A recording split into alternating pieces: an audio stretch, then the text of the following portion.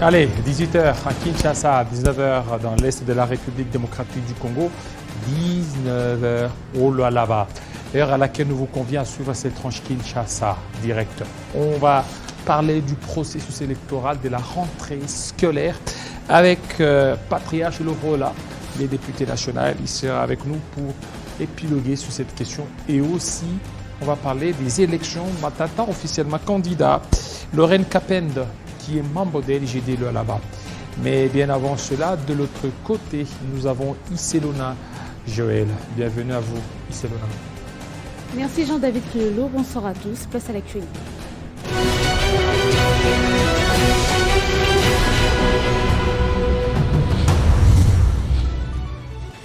La mise en œuvre de la stratégie de la CIRGL pour lors de l'exploitation minière artisanale et à petite échelle sera au cœur d'un important forum régional qu'organise cette organisation à partir de ce mardi à Kinshasa. Ces assises se pencheront également sur l'industrie minière de la RDC et ses pays voisins. Le ministre d'État en charge de l'intégration régionale et le secrétaire exécutif de la CIRGL ont largement évoqué le sujet au cours d'une audience.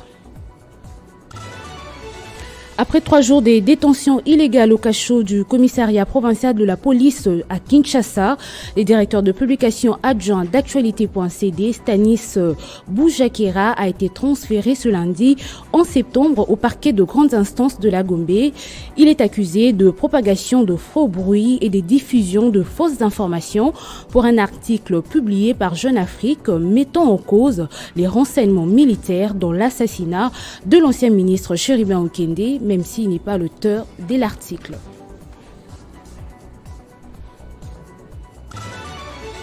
Au moins 150 personnes ont été tuées dimanche à cause des inondations provoquées par la tempête Daniel à l'est de la Libye, où 4 ponts principaux et 2 immeubles se sont effondrés. Ce lundi, le Premier ministre libyen a annoncé 3 jours de deuil national, appelant à l'unité de tous les Libyens face à cette catastrophe qui a aussi frappé la Grèce, la Turquie et la Bulgarie. Retrouvez à 19h Grâce Salambo dans la grande édition du journal. Entre-temps, votre émission Kinshasa Direct continue avec Jean-David Kilolo. Retrouvez toute l'actualité en continu sur www.tele50.cd.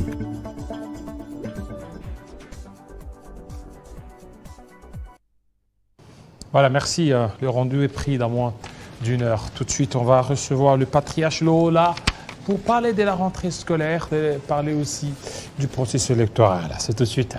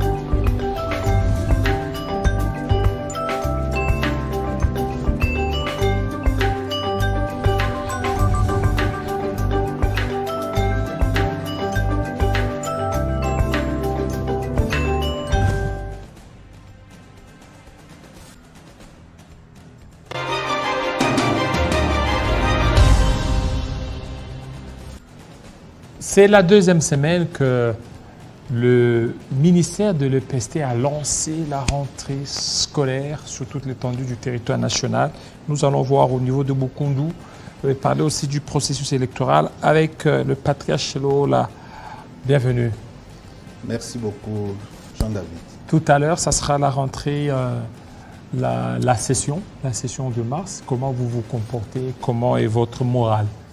Ça, c'est la toute dernière session pour... La session s'annonce déjà. Cette législature. La session s'annonce déjà et elle est la dernière de cette législature. Nous, la morale est très haute. Nous attendons à affronter cette dernière session, si elle sera la dernière, effectivement la dernière.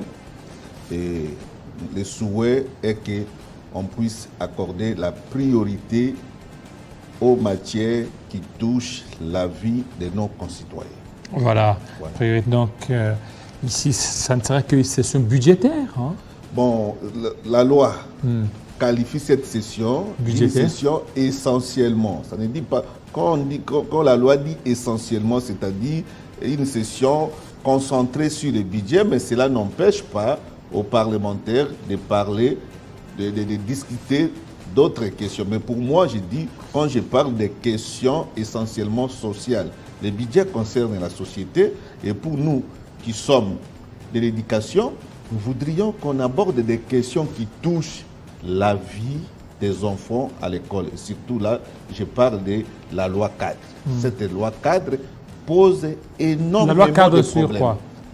Sur la loi cadre de l'enseignement national. De l'enseignement. Oui, voilà, il y a quoi cette loi? Mais elle n'est pas d'application?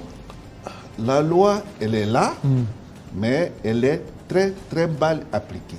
Parce que, vous savez, les réformes doivent rester dans un contexte de processus. La loi a été initiée depuis, c'est en 2014 qu'elle fut adoptée, votée et finalement publiée, mais il y a les étapes.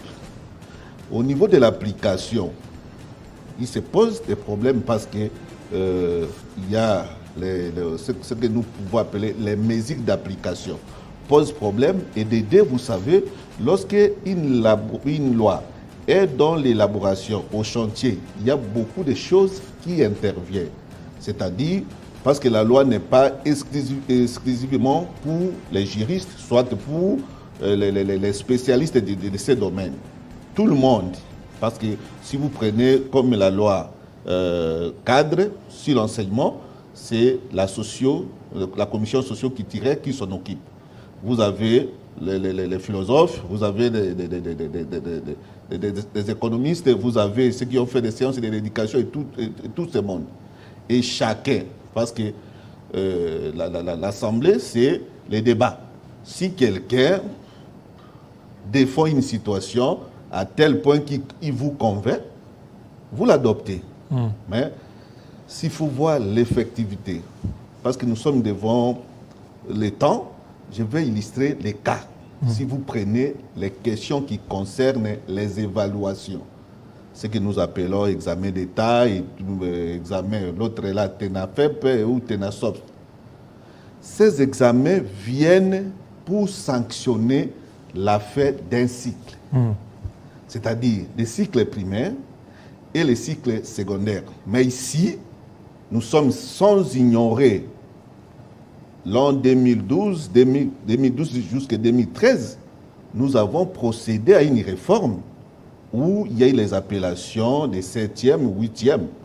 Et là, c'est cette réforme de l'éducation de base. Pourquoi? Parce que les formateurs ont été convaincus que les 6 ans du primaire ne permettent pas à l'enfant à bien lire et bien écrire. Il faut ajouter 2 ans. Et ces 2 ans, on va trouver où? On ne va pas prolonger l'école primaire jusqu'à 8 ans. On les prend dans les 2 ans du secondaire. C'est ainsi que nous avons 7e et 8e. Est-ce que la qualité... Et à ce moment-là, la porte d'entrée, c'est première primaire, et sortie, ça sera au niveau des 8e. Et là, où est-ce qu'on doit prévoir l'évaluation? Mais aujourd'hui, nous avons souscrit, adhéré, parce qu'il faut noter que tout ce que nous vivons ici, ce sont les instruments qui viennent du haut, c'est-à-dire de la communauté internationale. Alors, ça vient d'ailleurs. Alors, quand nous avons souscrit pour l'éducation de base, c'est pour dire que notre école primaire ou cycle primaire est de 8 ans. Et il faudrait qu'on puisse prévoir un examen à la sortie. Mais aujourd'hui, vous allez constater, 6e primaire, on passe un examen, 8e là, ou 2e secondaire, examen, oui. Et finalement 6e examen. Donc beaucoup d'examens. Les examens beaucoup de tests. Oui, les examens viennent pour sanctionner la fin d'un cycle. Il faut qu'on en parle. Alors pour vous, il faut qu'on puisse élaguer ça. Parce que nous avons souscrit à l'éducation de base, l'examen de TENAFEP ne peut plus exister. Mais maintenant, il faut donner un caractère pédagogique à l'examen des 2e là, que vous appelez 8e, parce que cet examen-là va permettre pour sanctionner la fin des cycles primaires, parce qu'aujourd'hui, l'éducation de base, c'est pour 8 ans, ce n'est plus pour 6 ans. Nous ne sommes pas à l'école primaire. Le système actuel, on parle de l'éducation de base. C'est pour 8 ans. Alors, on va sanctionner ça, mais il va encore se poser une question. La question d'orientation de l'enfant. Donc, et cette question-là... Les CO, cycle d'orientation, c'est comme si ça n'existait plus. Même si ça n'existait pas, mais pour nous, il faut laisser l'orientation de l'enfant à l'école. C'est-à-dire, quand l'enfant est en première, 2e ou 7e, 8e, l'enfant est suivi par l'école. Il discute avec l'école et à ce moment, à l'issue des discussions, on peut demander à l'enfant de s'orienter soit à telle section ou telle section. Mais lorsque les examens se passent dans les écoles, on publie ici et on vous dit que ce sont les examens d'orientation. Qui oriente qui? Parce que je peux illustrer les cas chez nous. Aujourd'hui, les sections littéraires, quand vous prenez l'Équateur, grand Équateur entier, vous n'avez pas trouvé plus de 10 écoles de section littéraire. Vous êtes à Kinshasa, vous avez orienté ces élèves où? Ou même biochimie, ce sont des sections rares. Comment vous allez orienter ces enfants? Et ce qui est encore plus grave, depuis qu'on a commencé TENAFEP, je n'ai jamais vu un enfant échouer. TENAFEP. Je n'ai jamais vu un élève qui a repris parce qu'il a échoué au TENAFEP. À quoi sert cet examen?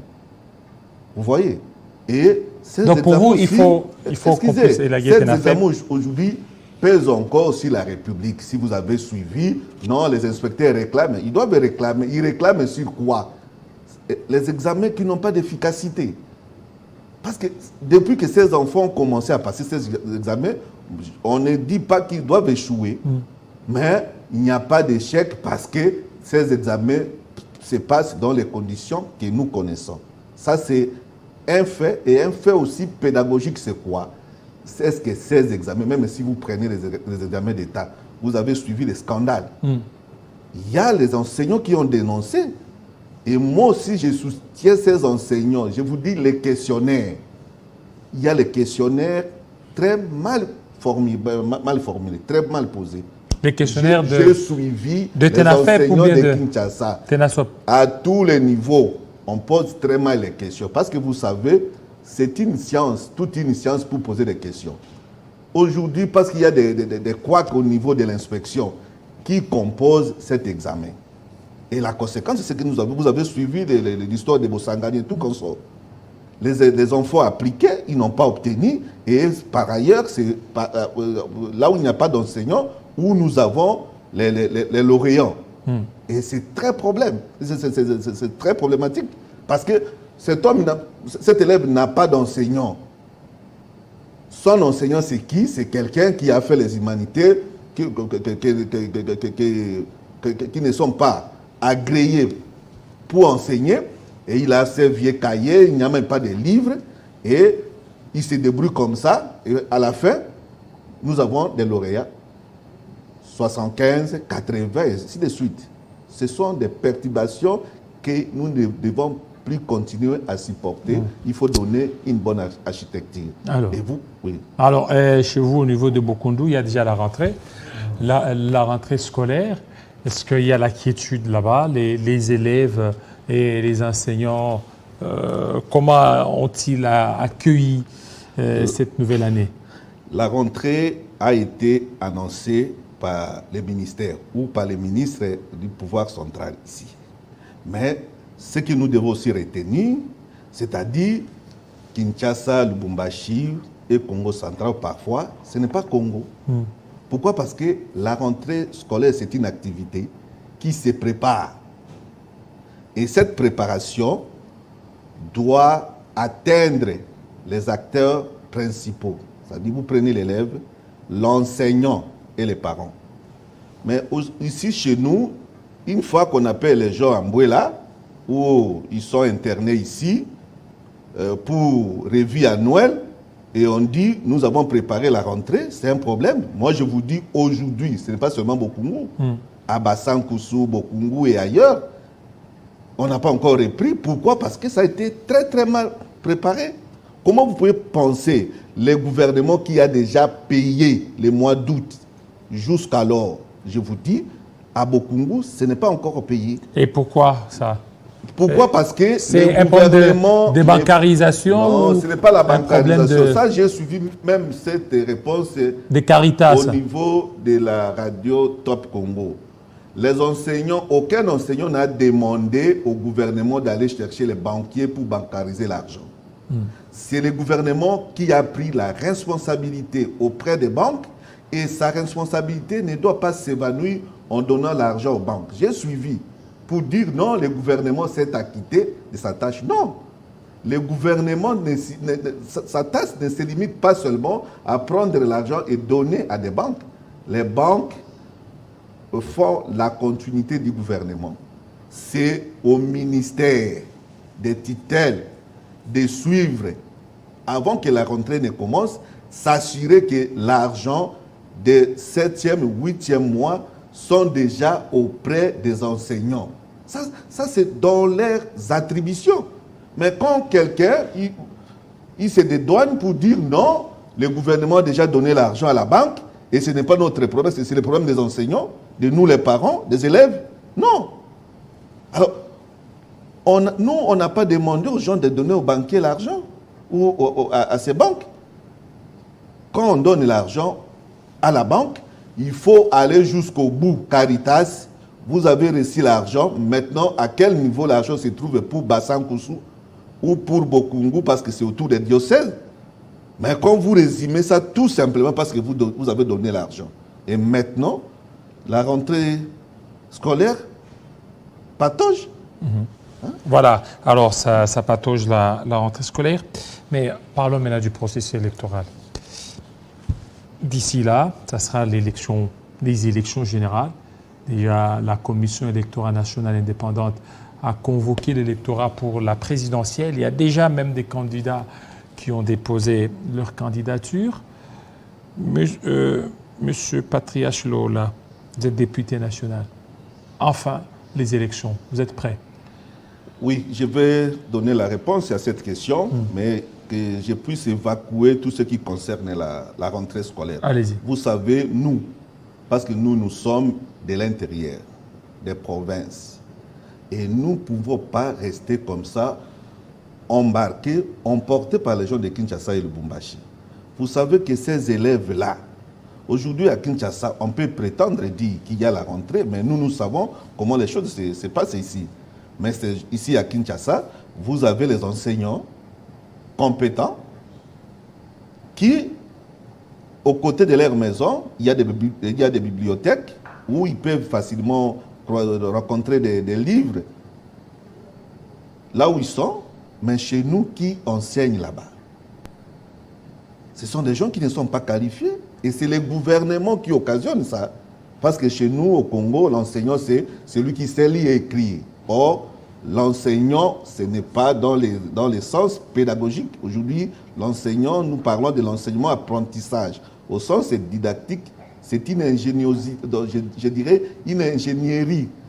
C'est-à-dire un métier. Et pour accéder à un métier, il faut une initiation pour que vous puissiez acquérir les savoir-faire et en fait de les transmettre à d'autres personnes. Mais aujourd'hui, c'est tout le monde. Même comme vous êtes là, comme journaliste, vous êtes enseignant au Congo. Et nous sommes sacrifiés à toutes les instances. Vous verrez, l'inspecteur au niveau de l'enseignement, il ne va pas égaler un inspecteur de DGI ou vos gens votre inspection, votre nouvelle inspection, IGF, alors qu'ils ont les mêmes rangs. Et par rapport au service que chacun doit rendre à la République, au monde, d'abord c'est enseignants, magistrats et les médecins.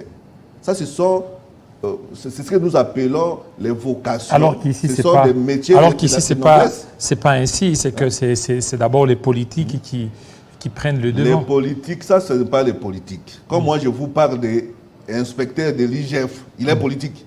Quand je vous parle de l'inspecteur de DGDA, votre histoire de DGI là, ils ne sont pas politiques. Ce sont les fonctionnaires de l'État. Mais pourquoi cette manque de considération à l'égard de ceux qui travaillent dans l'enseignement? C'est parce qu'on ne veut pas donner la chance à la République d'avancer. Vous avez posé la question concernant les élections.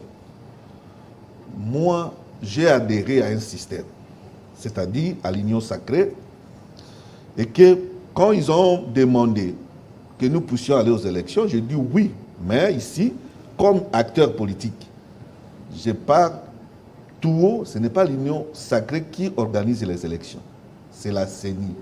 Je crois, j'étais avec vous ici, je vous avais dit que le temps trahit pour qu'il y ait les élections dans les conditions voulues par la Constitution.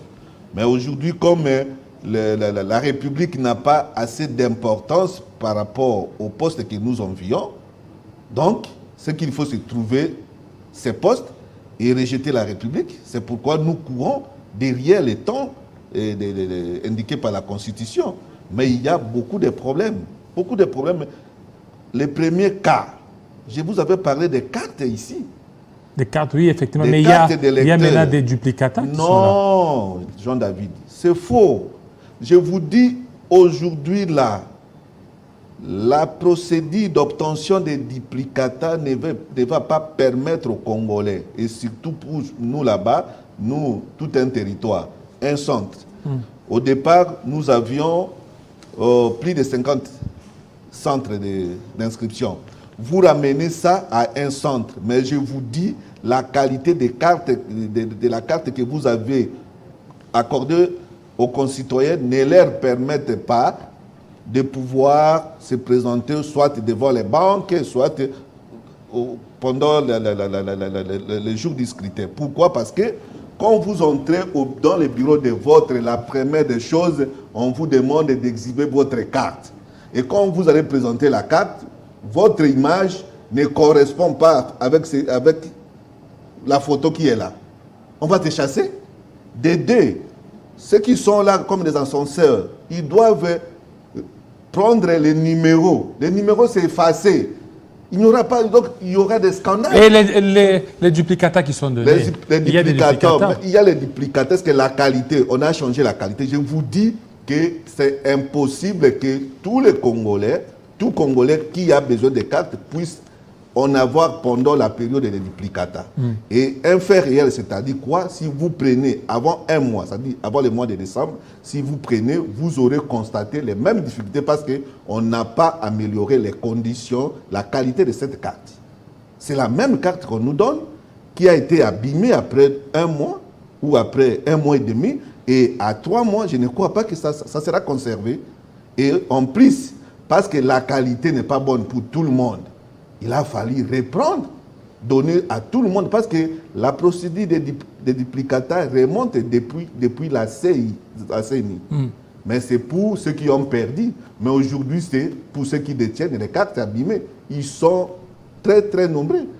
On ne saura pas les avoir. Mais le problème, c'est quoi? Pour aller voter, il faut la carte. Ça, c'est la première difficulté. La deuxième, l'actuel bureau n'a pas résolu des problèmes laissés par Nanga. Quel problème? Les problèmes de distance des bureaux de vote. Chez nous, il y en a. Donc ça continue toujours? Ils avaient rejeté tout ce qui était venu des repérages. Moi, je viens de Bukungu. Les distances de 15, 10 km existent encore.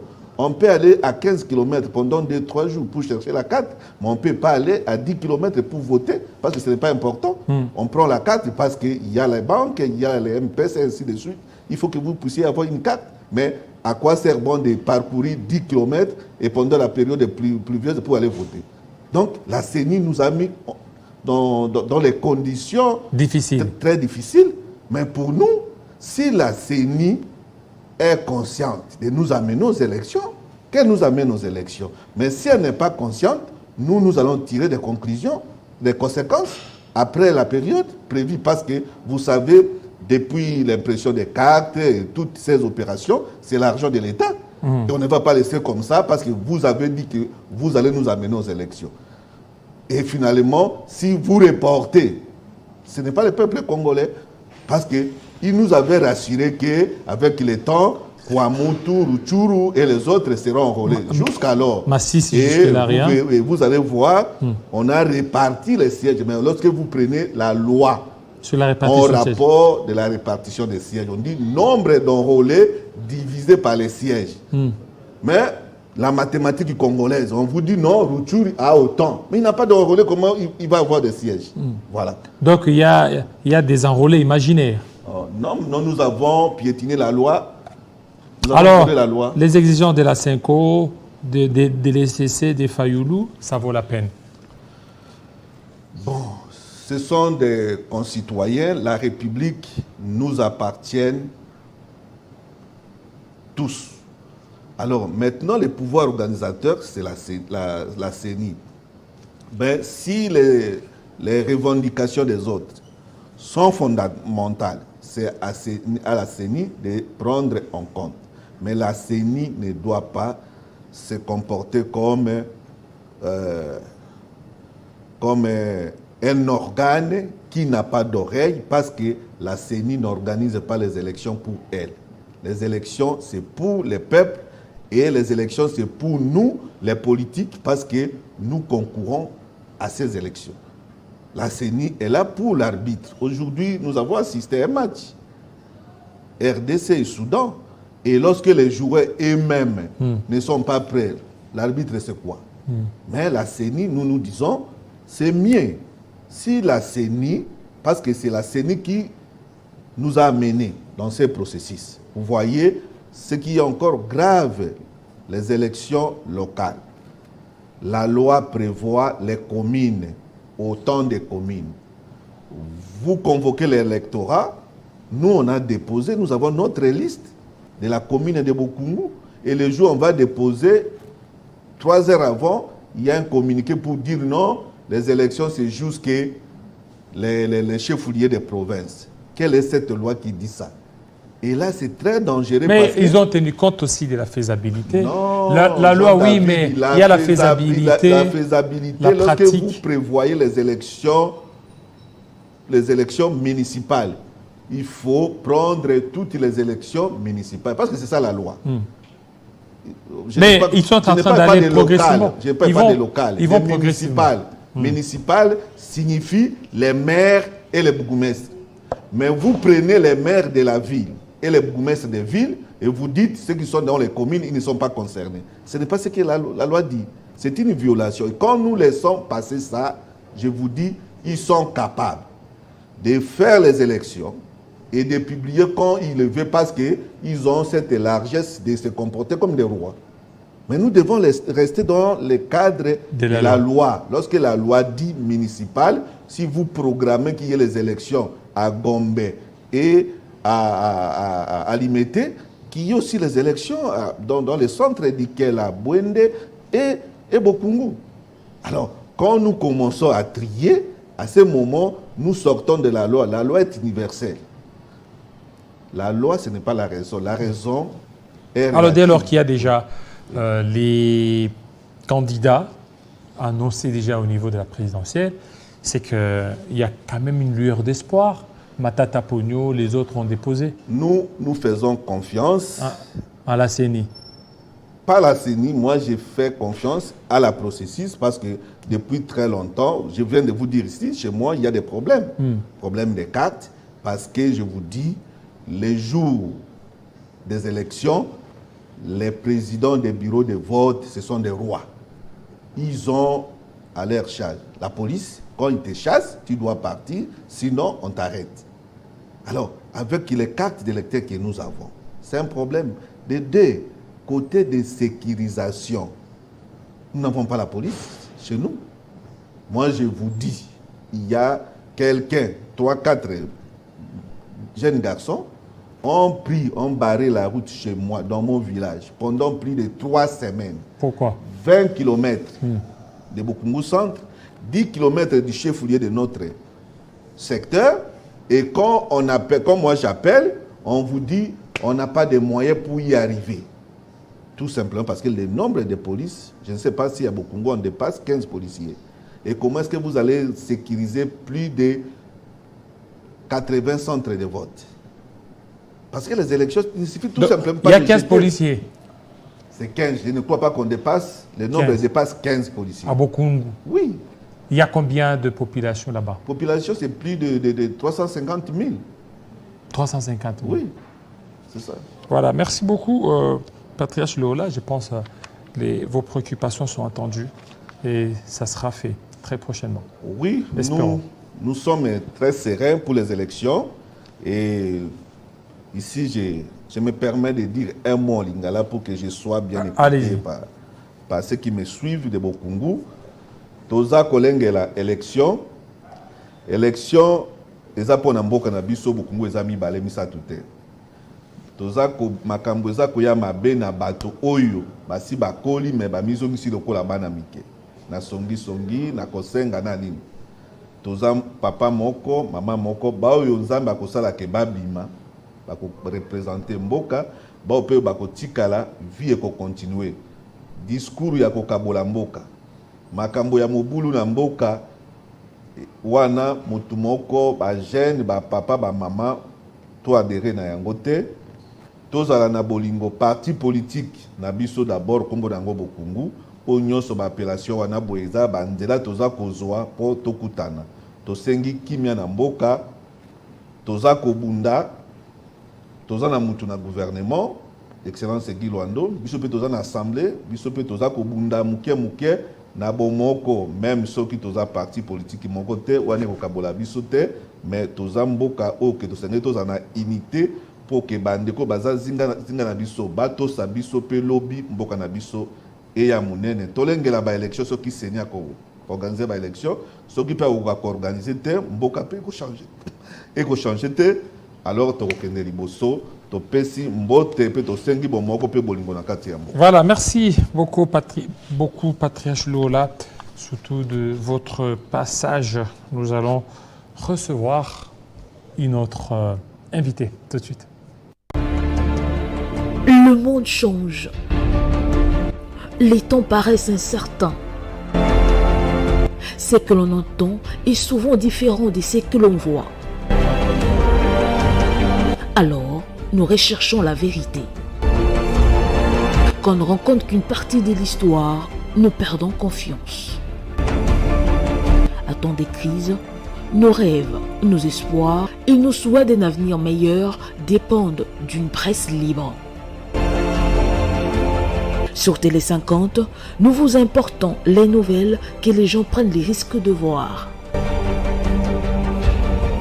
Nous connectons le monde et l'unissons à la vérité. Télé 50, c'est l'actualité dans la totalité.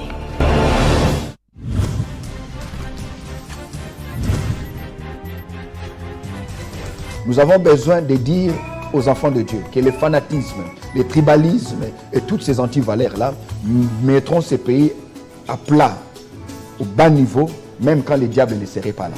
Donc nous n'avons pas qu'à chasser Satan. Nous avons aussi besoin de combattre toutes ces antivaleurs qui ne nous permettent pas, qui nous empêchent d'émerger en tant que de véritables hommes. Nous avons besoin de prier pour que la ville dans laquelle nous sommes établis, les pays dans lesquels Dieu nous a établis, vivent la paix. Nous avons besoin, s'il est possible, d'approcher les dirigeants pour leur dire voilà les messages que Dieu nous donne pour vous. Voilà comment les choses devraient normalement se passer à la lumière de Saintes Écritures.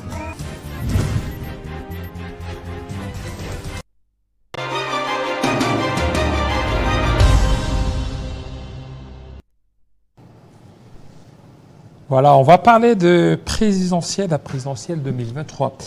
Matata, officiellement candidat avec Madame Lorraine Capen. Bienvenue. Oui, merci.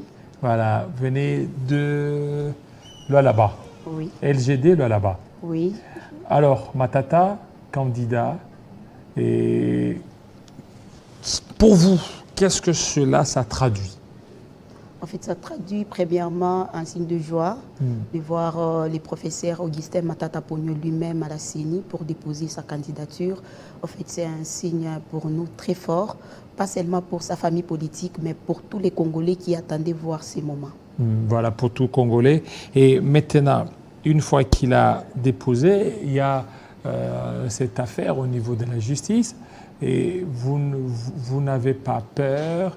Peut-être ça risque certainement de peser lourdement sur ses épaules. Bon, on n'a pas peur parce que la justice, jusque-là, Matata est innocent. La justice, c'est comme à l'église, monsieur.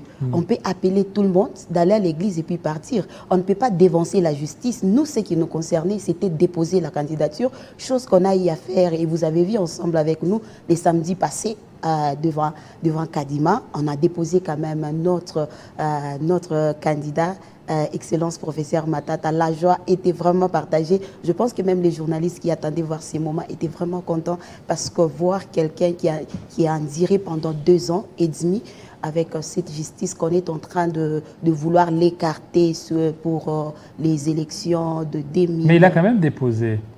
Oui. Il a déposé, mais ça continue. Il va répondre le 24, le 25 au niveau de la Cour constitutionnelle.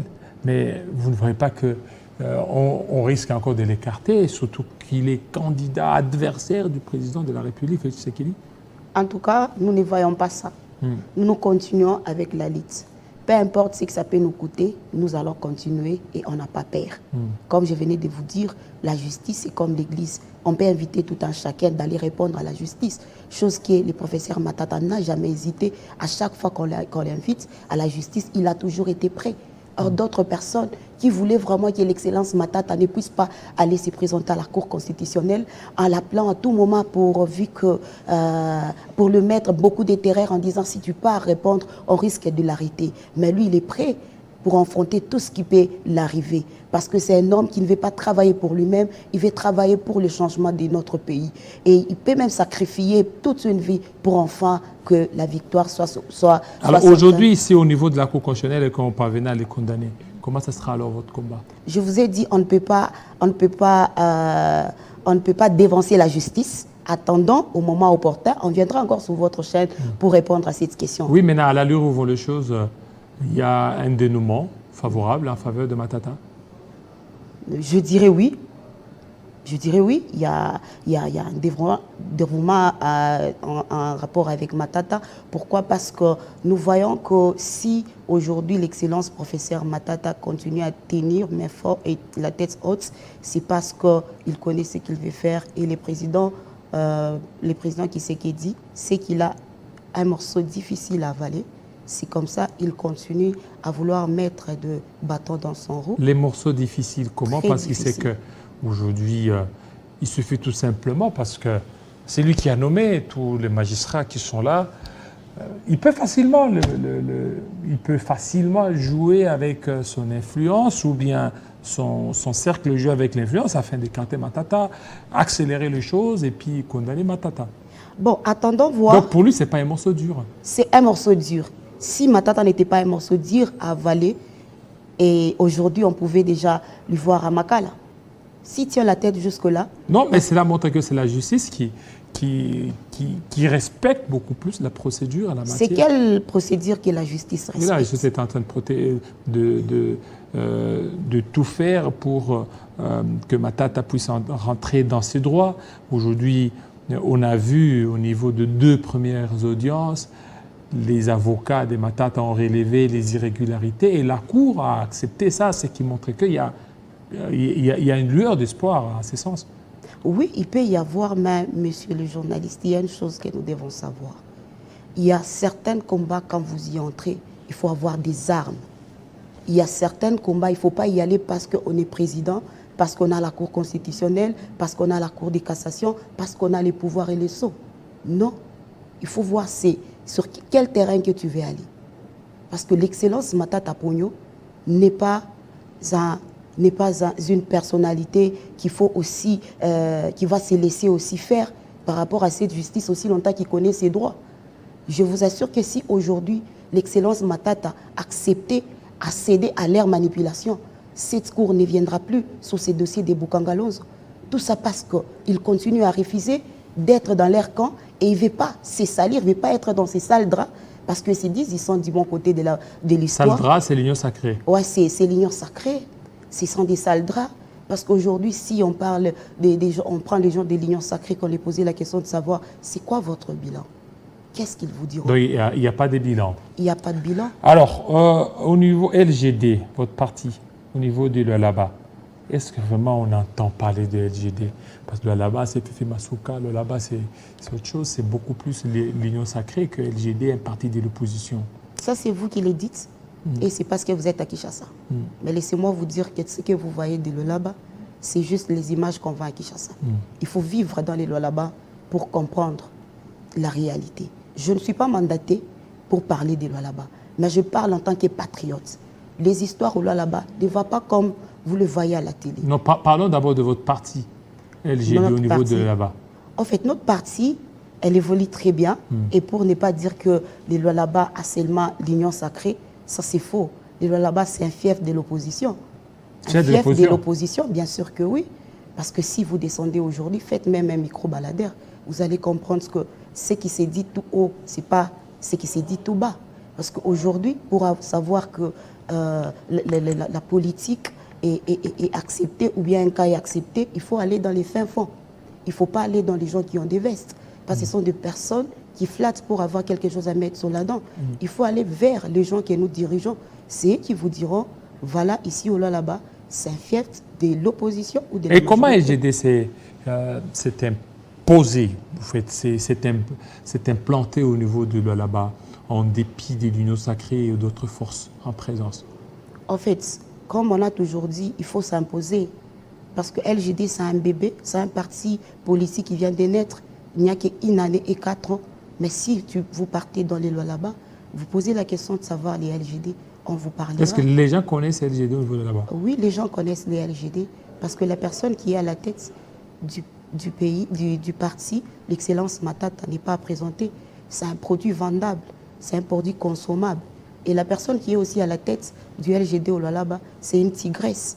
Quand vous arrivez au Lualaba, comment elle s'appelle? Lorraine Capen-Chissol. Lorraine? C'est une tigresse, oui. C'est vous? Ouais, c'est bien moi. Lorette Capen? Capen-Chissol. Chissol. Oui. Ok. C'est une tigresse et on ne se laisse pas aussi avaler facilement. Donc vous êtes interfédéral? Je suis fédérale, oui. Alors vous êtes fédéral, là-bas. Oui. Est-ce que vous avez des gens, des membres, des cadres qui peuvent aujourd'hui faire face à l'union sacrée et à d'autres partis politiques? Je vous demanderai de ne pas comparer les gens des LGD avec l'union sacrée. Parce que là, c'est nous rabaisser trop bas. Il y a des gens très capables et très dynamiques, très consommables et vendables, comme notre président national. Quand on les met ici avec les gens de l'union sacrée, ils ne sauront pas quoi dire.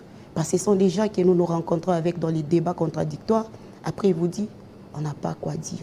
Alors, comment qu'est-ce que vous a beaucoup plus attiré pour qu'aujourd'hui que vous parliez du LGD au niveau de là-bas, loin de Kinshasa? Parce que, premièrement, j'ai crié à l'idéologie du parti et à notre vision et aux grandeurs de la personne qui est à la tête des LGD. C'est ce qui me donne la force de parler des LGD partout et de me mettre même en chemise des LGD. Parce que c'est un parti politique qui est en train de prôner des valeurs et non pas des anti-valeurs. Oui. Et maintenant, vous, c'est quoi? Comment moi, j'aimerais savoir comment vous êtes tombé sous les charmes du LGD. Waouh, comment je suis tombée? Premièrement, je suis d'abord membre fondateur du parti LGD. Et vous étiez ici à Kinshasa? Oui, j'étais ici à Kinshasa, donc l'histoire, elle est vraiment comme vous l'êtes fou. Donc, vous étiez à Kinshasa et puis vous êtes allé au niveau de Lualaba? Non, je suis de Lualaba, je suis natif de Lualaba. Bon, comme le LGD, c'est un parti politique de jeunes, d'où vous allez prendre notre statut, vous ne verrez jamais un papa, même pas quelqu'un de plus de 40 ans. Oui, mais le secrétaire général, c'est un papa. Non, dans les statuts, les membres fondateurs. Je parle des membres fondateurs. Je suis parmi les gens. En fait, on a mérité, on a travaillé pour en arriver jusque-là. S'il faut dire qu'on est sauté, c'est plus fort. Mais il faut dire comment vous avez pu travailler pour en arriver jusque-là. Alors, comment vous comptez vendre l'idée Matata au niveau de Lualaba et partout pendant cette période préélectorale ou même électorale? Bon, vendre Matata, c'est trop simple. Si je suis devant les mamans Marichard, je peux juste les rappeler. À l'époque, l'excellence Matata était Premier ministre. Une maman pouvait s'en sortir avec $100 pour tout un mois, après payer la provision. Pour les taximens, avec 200 francs, 500 francs, les taximens s'est retrouvés. Mais aujourd'hui, à 1000 francs et 500 francs, tu vas voir, ces taximens ne savent pas quoi dire. Avec l'excellence Matata, on a eu à avoir 4 avions Congo Airways. Aujourd'hui, si CAA ne sera pas aussi en ligne, je ne sais pas comment est-ce qu'on va voyager, parce qu'on a fermé Congo Airways pour un temps. Et avec Matata, l'excellence Matata, on a vu nos papas soldats se retrouver, savoir leur salaire chaque mois. Avec l'excellence Matata, les fonctionnaires de l'État savaient comment toucher l'argent chaque le 15. Il y a la bancarisation. Nos parents qui touchaient l'argent en main, aujourd'hui sont fiers. Quand c'est les 30, ils peuvent mettre une veste, aller à la banque. Bon, c'est trop facile de vendre la personne de Matata. Et il est là, non pas seulement pour dire ce qu'il ne fera pas, mais continuer ce qu'il avait commencé. Pour nous, c'est très facile de vendre cette personne de Matata parce qu'il est vendable. Voilà, parce qu'il est vendable et vous êtes confiant à la suite du processus, surtout à la suite du processus électoral tel qu'annoncé pour le 23 décembre 2000 de cette année. Être prête? Oui, vous êtes prêts? Nous sommes, s'il faut ajouter, même brutalement prêtes, parce que déjà, il y a un cas qui fait notre campagne sans le savoir. Quand déjà vous devez nous amener à la Cour constitutionnelle chaque fois. C'est une façon de battre campagne pour nous. D'ailleurs, nous vous encourageons, vous pouvez continuer. C'est une façon aussi de vendre Matata. Nous sommes prêtes et prêts sur terrain pour travailler. Déjà là, vous allez voir, d'ici 3-4 jours, nous allons rentrer dans nos provinces, parce que je ne suis pas venue seule pour l'accompagner. Il y a la représentativité de toutes les 26 provinces ici. Nous étions venus pour accompagner notre président, et non pas seulement au dépôt des candidatures, et aussi à la Cour constitutionnelle, juste lui montrer combien nous sommes attachés, nous sommes déterminés pour lui voir à la tête du pays, et chose qui sera faite. Voilà, chose qui sera faite, espérons. Merci à vous, Laurette Capen Tissel. Oui, merci. Voilà, Tissel, ça c'est un nom de Lualaba, un round.